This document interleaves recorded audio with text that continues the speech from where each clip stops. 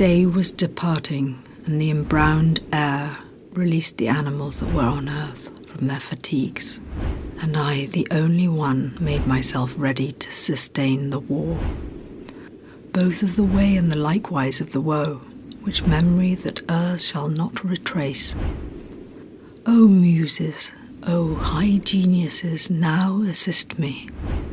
O memory that did write down what I saw, here thy nobility shall be manifest. And I began.